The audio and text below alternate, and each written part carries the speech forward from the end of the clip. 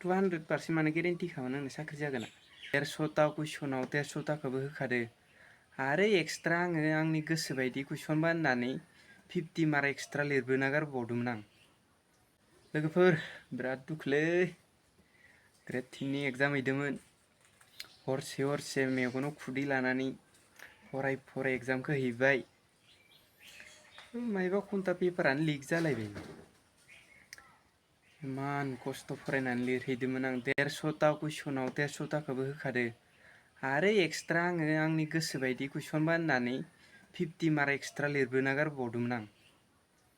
100आव 200 guarantee खामोन आंहा pass जागोना दा मा जाबावनांगौ पेपारानो लिक जाबाय ना अब्बा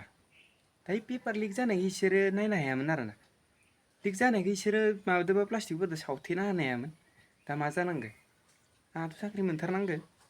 100आव 200% माने गेरेन्टि खामोन आंनो साख्रि जागोना बिराद मिस खालामबाय आं बिराद दुखु मोनबायलै